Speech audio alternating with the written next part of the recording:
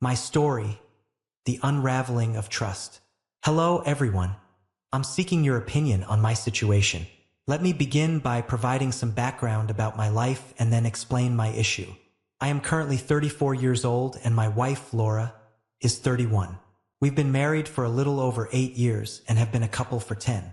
Overall, I would describe our marriage as extremely satisfying and completely fulfilling in every aspect. We enjoyed spending time together, had great physical chemistry, and were each other's best friends. I had complete trust in Laura and she in me. Did you notice how I described everything in the past tense?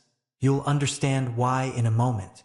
By choice, we hadn't started a family yet because we wanted to enjoy our lives for a while and save up for a down payment on a nice home.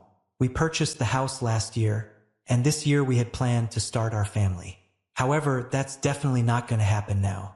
I have a stable job and a good income, while Laura works as an elementary school teacher. She excels in her job, and her students and their parents adore her. Keep all of this in mind as I share what happened next. Last Tuesday, I received a phone call from a woman named Megan, who urgently requested that I call her back as she had important information to share with me.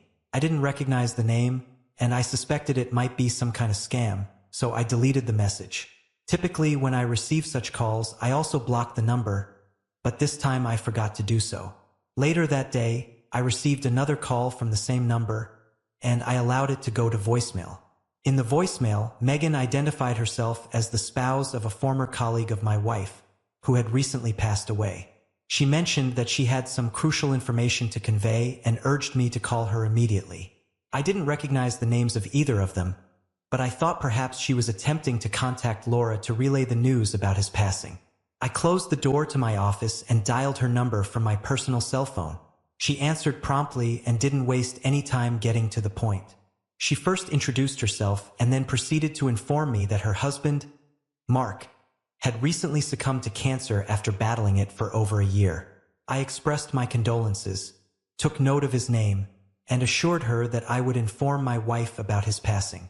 She interrupted me and clarified that her reason for calling wasn't that. She then went on to explain that while receiving hospice care and nearing the end of his life, Mark had confessed to having a 3-year affair with my wife, spanning from mid-2015 through the summer of 2018. Hearing this news caused a surge of cortisol through my body, and my heart began to race. I was left in shock by her revelation and fell silent, struggling to find words. After composing myself, I inquired whether it could have been a result of medication-induced hallucinations. She assured me that she was absolutely certain, as she had later discovered hundreds of messages exchanged between them on her husband's laptop. She also found a disturbing video of their final encounter, which took place on August 17, 2018. As she spoke, I kept expressing my disbelief. I requested her to send me evidence and provided her with my personal email address. She proceeded to copy and send me some of the most incriminating messages they exchanged, but the video file was too large to be sent via email or text. I asked if she had a USB drive. She didn't, so she went out and purchased one. Upon her return, she called me, and I guided her through the process of copying the video onto the drive. The following morning, she sent the drive to my office via overnight delivery, and I received it on Thursday morning. On that day, I brought my personal laptop to the office with the sole intention of watching the video. I inserted the thumb drive in, pressed play, and what I witnessed left me in disbelief. There was my wife, accompanied by an unfamiliar, awkward-looking man, engaging in actions I cannot describe here. Let's just say it was deeply disturbing. Some of their actions were not only repulsive but also unhygienic. In the 29-minute video, both of them were quite vocal, laughing with pleasure, and clearly reveling in what they were doing. It was sickening. When I initially started the video, I must admit that I immediately began crying and felt nauseated. However, as I continued to watch, my sorrow transformed into an overwhelming sense of anger and sheer rage. Fortunately, Laura wasn't present when I viewed the video, as I'm uncertain how I would have reacted if she had been. It's currently 7:09 p.m. on Thursday evening, and I've been composing this post for the past hour and a half. Earlier this afternoon, I phoned my wife and informed her that I was going out to dinner with clients. Occasionally, I have to do this for work, and she bought my explanation. Regarding my course of action, I'm not entirely certain, but I'm strongly inclined toward pursuing a divorce. I couldn't bring myself to stay with her, and I'll never be able to forgive her. In fact, after witnessing her actions, I have no desire to be near her again without using personal protective equipment, PPE. I'm not joking about that either. Furthermore, the fact that the video is 4 years old doesn't change anything. She betrayed me, and I cannot overlook that. Now, here's where I would appreciate your input. Should I confront her with the evidence and give her an opportunity to explain, or should I directly engage an attorney and serve her with divorce papers? I haven't shared this with anyone else yet because, to be honest, I feel too ashamed. That's why I've turned to this anonymous forum to discuss it and seek your feedback. I assure you that I will read all the comments. Update 1. I'd like to provide a brief update on the current situation. After having dinner on Thursday evening, I returned home and acted normally with Laura. Fortunately, I managed to keep my distance from her, and she didn't attempt to initiate any physical closeness. On Friday, I took the day off and met with a divorce attorney after doing extensive research online. I presented all the evidence, including the video, to the attorney. She explained to me that although my wife clearly violated the marriage vows, it would not impact the outcome of the case. I inquired about this, and she clarified that our state follows a no-fault divorce system, meaning either party can end the marriage at any time without assigning blame or asking questions. I asked her how this was possible, and she told me it's the law. She mentioned that we can attribute this legal framework to Ronald Reagan, who initiated it back in the late 60s while he was the governor of California. She explained that several other states have since adopted similar laws. I found this surprising because I had always regarded him as one of our finest presidents, but now I have some doubts. Nevertheless, my decision to proceed with the divorce remains unchanged. It simply implies that I'll end up in a much worse financial situation as a result of this ordeal. What I'm currently grappling with is whether to confront her or simply wait to serve her with divorce papers. I want to wait, but I'm not sure how much longer I can hold out. It has been incredibly challenging to be around her over the past 2 evenings, and I'm dreading seeing her again tonight. As I write this on a Saturday morning, I'm sitting outside a coffee shop just down the street from my house. I informed Laura that I needed to respond to some work emails and was coming here to do so, which is something I occasionally do. Fortunately, she didn't insist on accompanying me, but she has already sent me a couple of texts inquiring about when I'll be returning home. I suspect she may sense that something is amiss with me.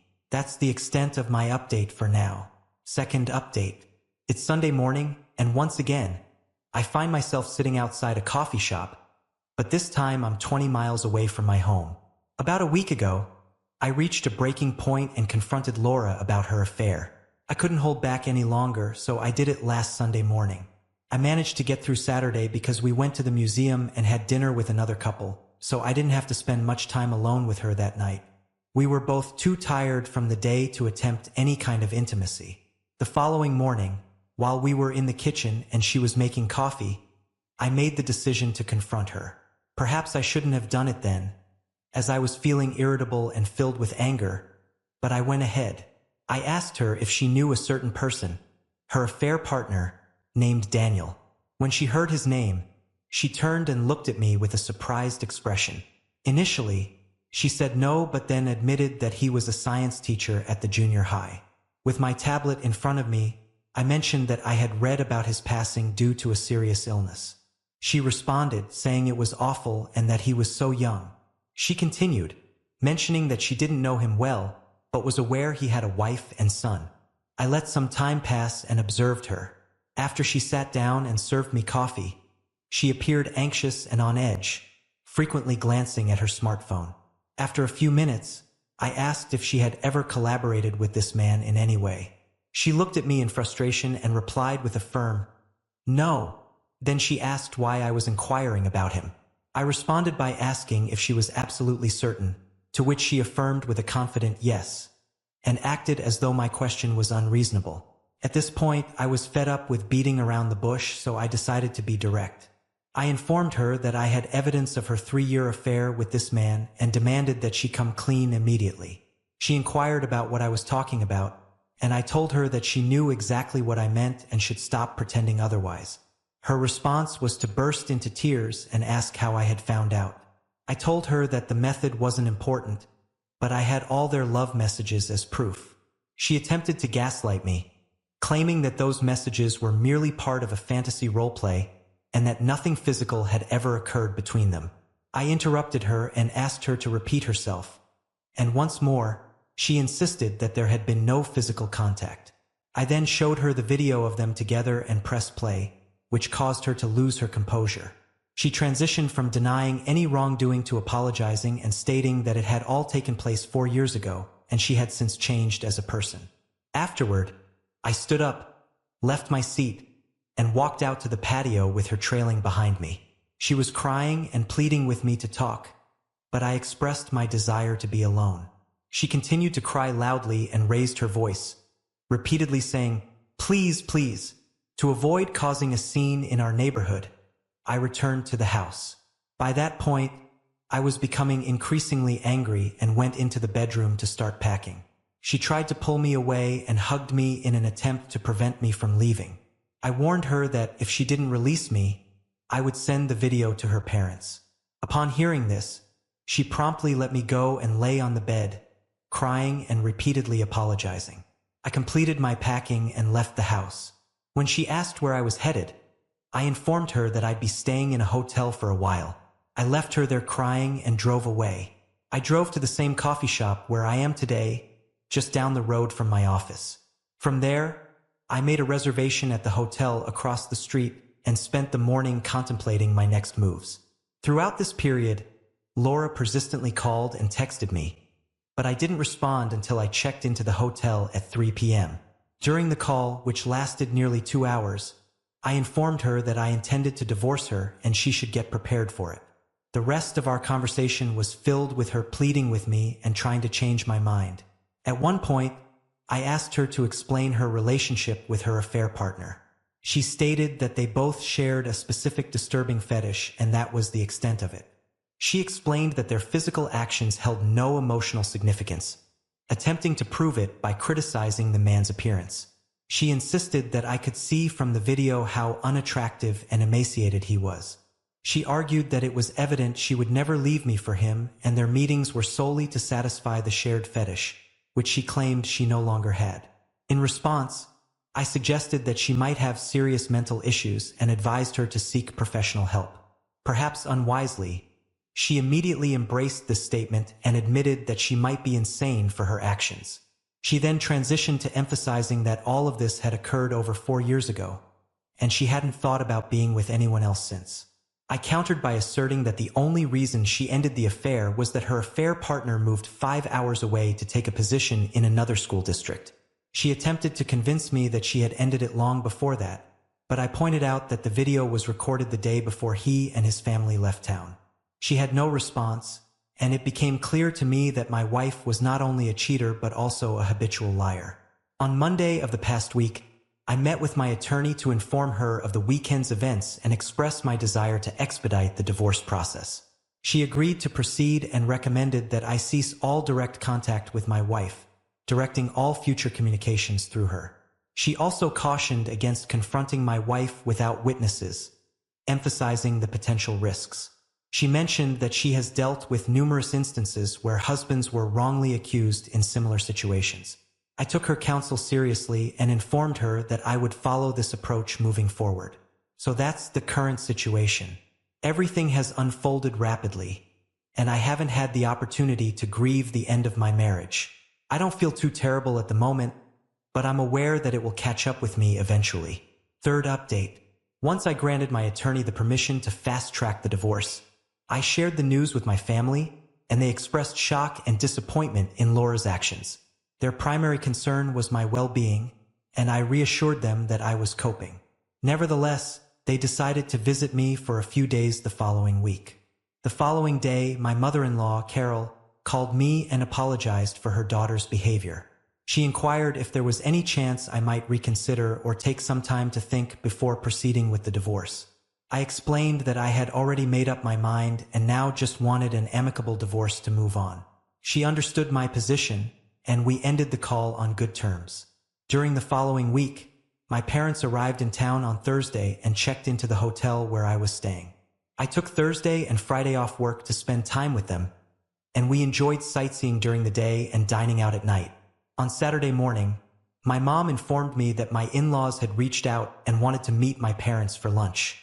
I didn't see any issue with that, as our parents had maintained a friendly relationship since our marriage. Though they weren't exceptionally close, they exchanged pleasantries and stayed in touch periodically. I agreed to the meeting and suggested they gather at a nearby restaurant.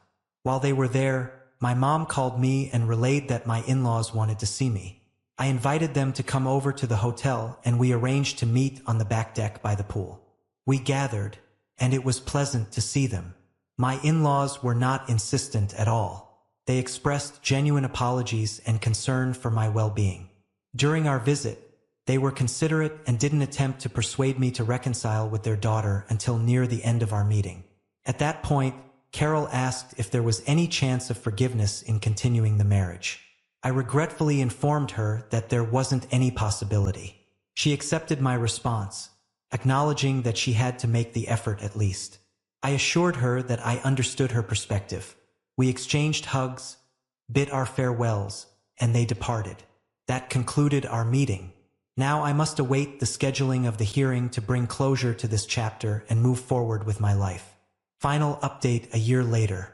I anticipated a swift divorce process due to our state's no-fault divorce laws, but it didn't turn out that way.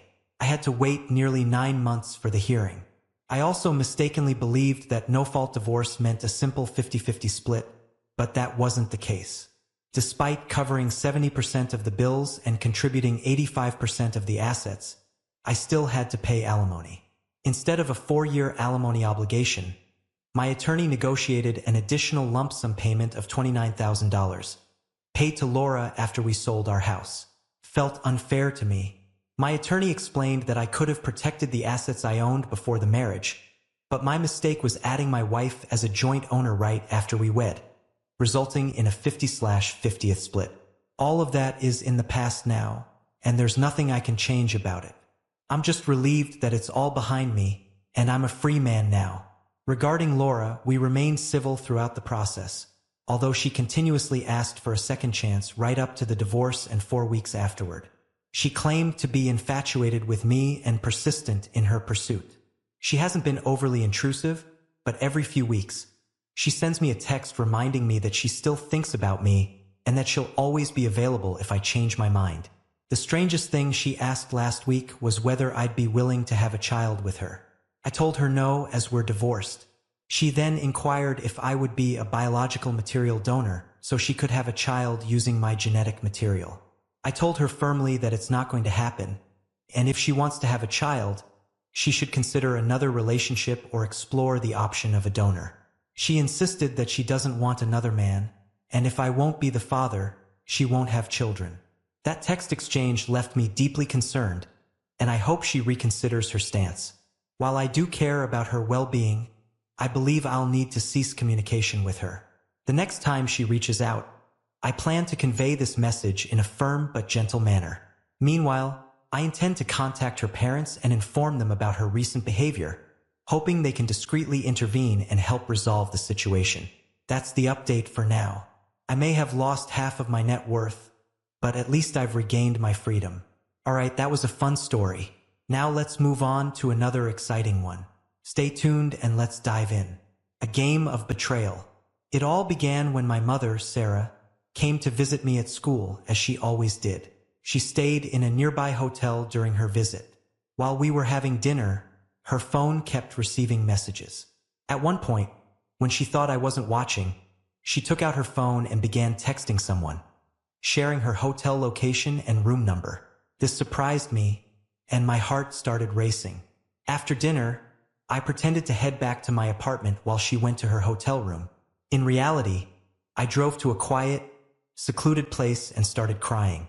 These events would eventually lead to the breakdown of my family and my close relationship with my mother. It's been more than a year since that crucial night, and I'm currently in my 3rd year of college. I'm facing a tough decision: whether to enter the NFL draft or complete my 4th year of college.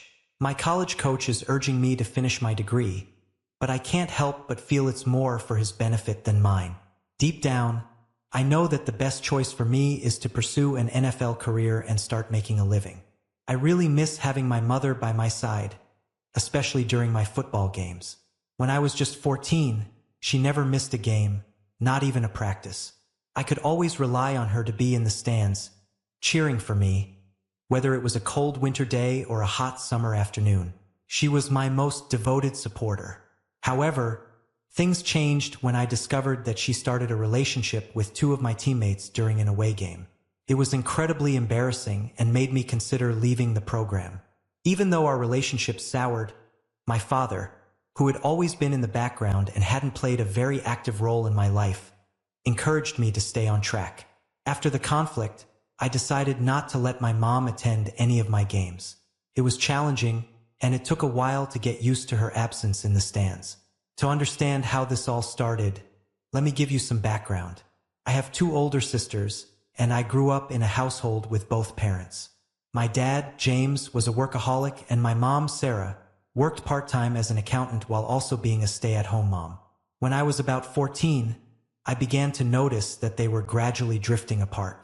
First, I noticed that they were sleeping in separate bedrooms. Then, I observed that they were arguing a lot, but my dad would often walk away from those arguments. He didn't want his children to witness him fighting with his wife. Even though my mom and I were close, I always had a lot of respect for my dad. It wasn't always like that, though. I had to hear my mom complain about him not doing certain things, and I felt like she sometimes focused on issues that could have been overlooked. I was undeniably close to my mom, and yes, I'll admit it, I was a mama's boy. She had always been there for me, maybe a little too much at times, perhaps a bit too enthusiastic, especially when it came to motivating me and developing my skills. She played a significant role in getting me to where I am today.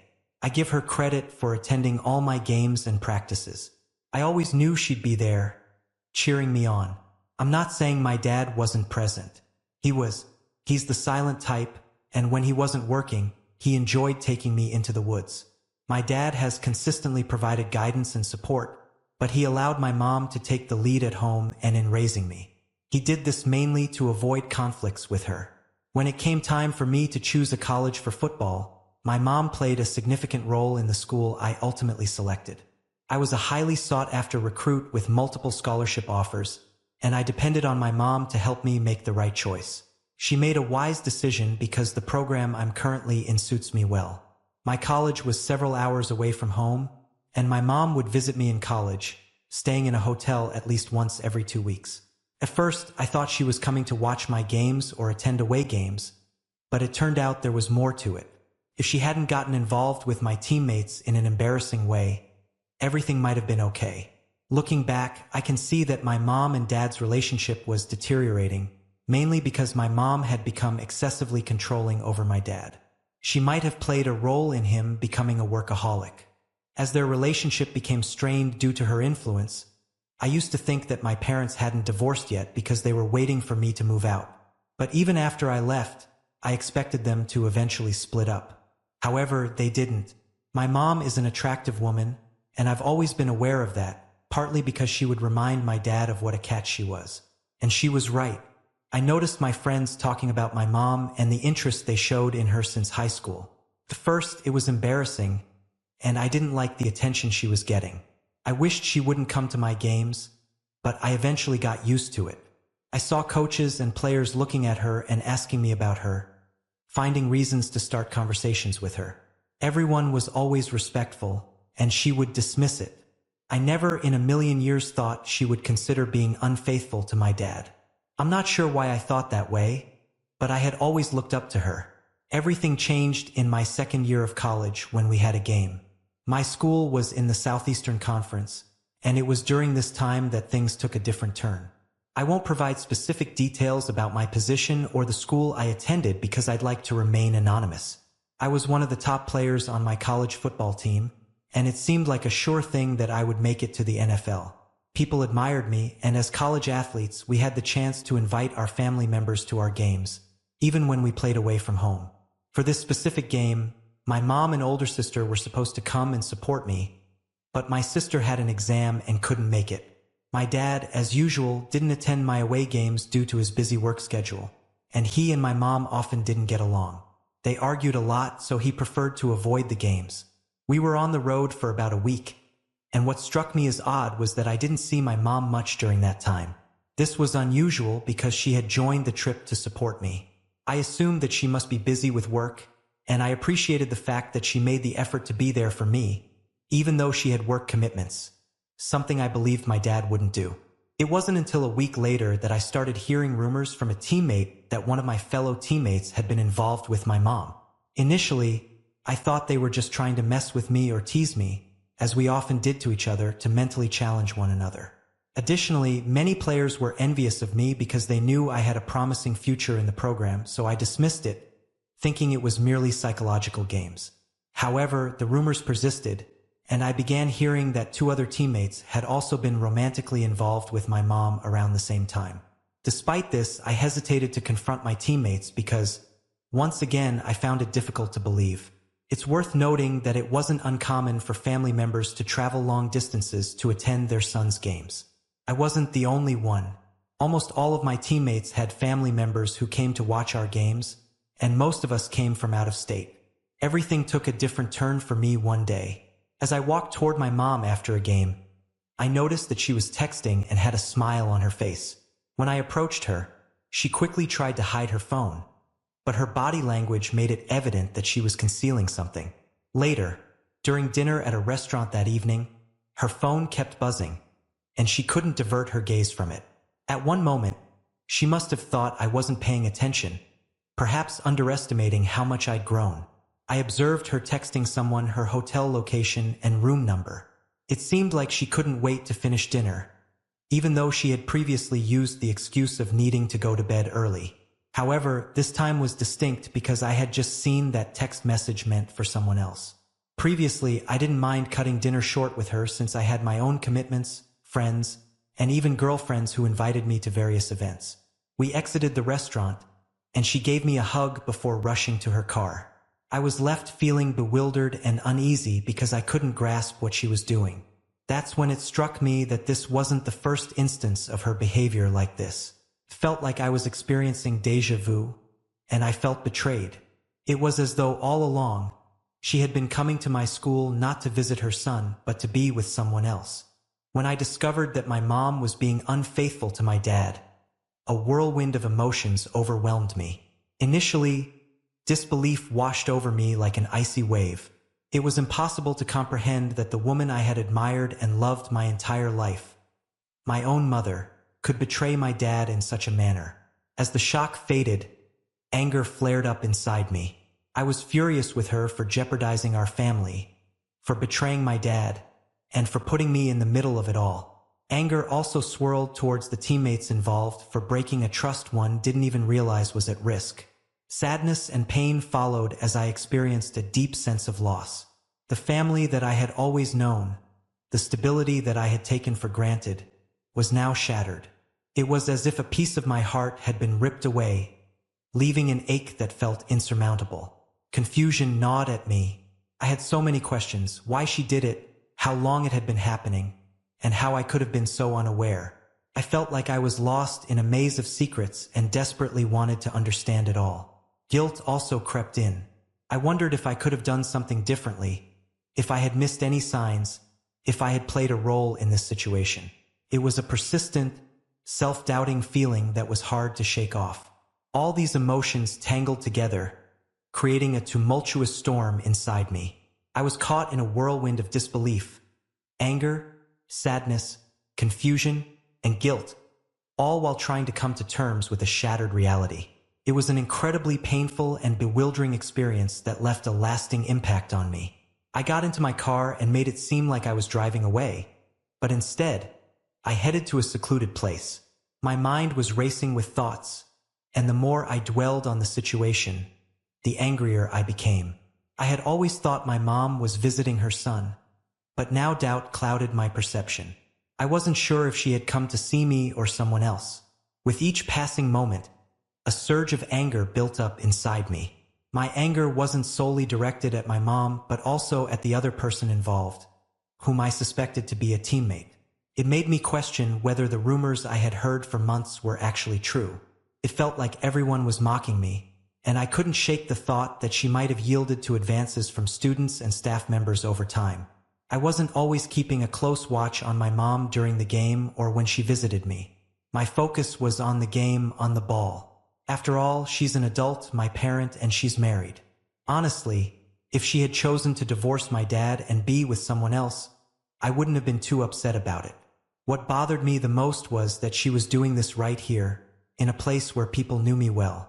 I had a significant presence in that area, and I needed to stay concentrated on my game. She was supposed to assist me with that, but now it seemed like she was becoming a distraction. A few hours went by, and I decided to go to her hotel room to find out who she was having a relationship with. When I reached the hotel's parking lot, I scanned the area, hoping to spot a familiar car. However, the parking lot was crowded, and there were so many similar cars, including those driven by people I knew, that it felt like it could be the entire football team's vehicles. I stormed into the hotel, paying no attention to the people around. I knew her room number, so I went directly there. I pounded on the door without worrying about the commotion. Took a while, but she eventually opened it. She stood there with her hair in disarray, gazing at me as if I were the one who had lost my mind. I moved her aside to enter the room and find out who she was with. She tried to block me, but I went into the room and found no one there. That's when I noticed the bathroom door was closed and locked from the inside, so I forcefully crashed into it several times until it finally gave in. By this point, my mom was screaming, and to my surprise, I discovered not just one teammate but two in the bathroom. It turned out to be one of the guys who had been rumored to be involved with her and another friend who always hung around with him. I knew this second guy as someone who was known for dating girls around the college. He was an average player who occasionally made significant plays but had no real future in football. The fact that he had pursued my mom instead of anyone else struck me as jealousy over my future and success. I lost control and immediately got into a physical altercation with both of them. They couldn't handle my anger, and one of them fled the scene. I continued to confront the other guy, striking him in my rage. My mom and another person, who must have heard the commotion, stepped in to restrain me. I wasn't sure who the man was, but he urged me to leave quickly, explaining that someone might have called the police and I could risk getting arrested. He appeared to recognize me or know me from somewhere. At this point, my mom was in tears, pleading with me to leave. I left my teammate in a severely injured state as I exited the hotel room and got into my car. Before I departed, I couldn't contain my anger and told my mom that I was cutting ties with her. My fury toward her was just as strong as it was toward him. I took his actions personally because I believed it wasn't about love for him. It was an attempt to disgrace me. As I drove back to my apartment, I called my dad and shared everything with him. Surprisingly, he was the one who managed to calm me down. He acted as if it wasn't a significant issue and reassured me that it wasn't about them but about me. He stressed that I was the star, the future, and that there would always be challenges and obstacles trying to bring me down. What truly mattered was how I handled those situations. The aftermath of the incident was overwhelming. I was informed that the police were searching for me, and the teammate I had fought with was considering pressing charges. He used his connections to make the legal problems go away, sparing me a visit to the police station. The coach then had a private conversation with me and assured me that he would have done the same thing in my position. He echoed the sentiments my dad had shared, emphasizing that I was the star player and that others with no real future in the sport might attempt to undermine me. He also shared his own past, explaining how his first wife had been unfaithful and why he had difficulty trusting women. Following our conversation, he made it seem like I might have been reacting strongly to the entire situation, but he did acknowledge the humiliation I had experienced. He pledged to do his best to remove those teammates from the program, and he followed through a few months later. With this assurance, I felt a sense of duty to remain in college for one more year instead of immediately entering the NFL draft. My siblings got wind of the story, and everyone distanced themselves from her. My dad initiated divorce proceedings, and I haven't communicated with her since, despite her attempts to reach out. If she had been involved in an affair during her own time, when she wasn't using a visit to me as an excuse, and especially not with two of my teammates, maybe I wouldn't be as upset as I am with her. She nearly got me expelled from the program and derailed my future. While I do miss her presence at my games and the support she used to provide, it will take some time for me to heal from all this and rebuild a relationship with her. I don't typically hold grudges, and I didn't expect this one to last almost a year. Currently, I've already forgiven her, but it's challenging to rebuild our connection because being in the same program with people who are aware of what happened constantly reminds me of it. I won't allow this incident to alter my career path because I'm stronger than that. People may still ridicule me and gossip about me, but my resilience can handle it all. Changing my career trajectory due to my mom's actions and two teammates who won't have a significant impact in the long run would reflect weakness on my part. I'm eager to enter the NFL draft this year and leave all this in the past, but I also feel a sense of gratitude toward my coach for his support and guidance. I like to believe that there are a few more things I can learn and achieve before moving on.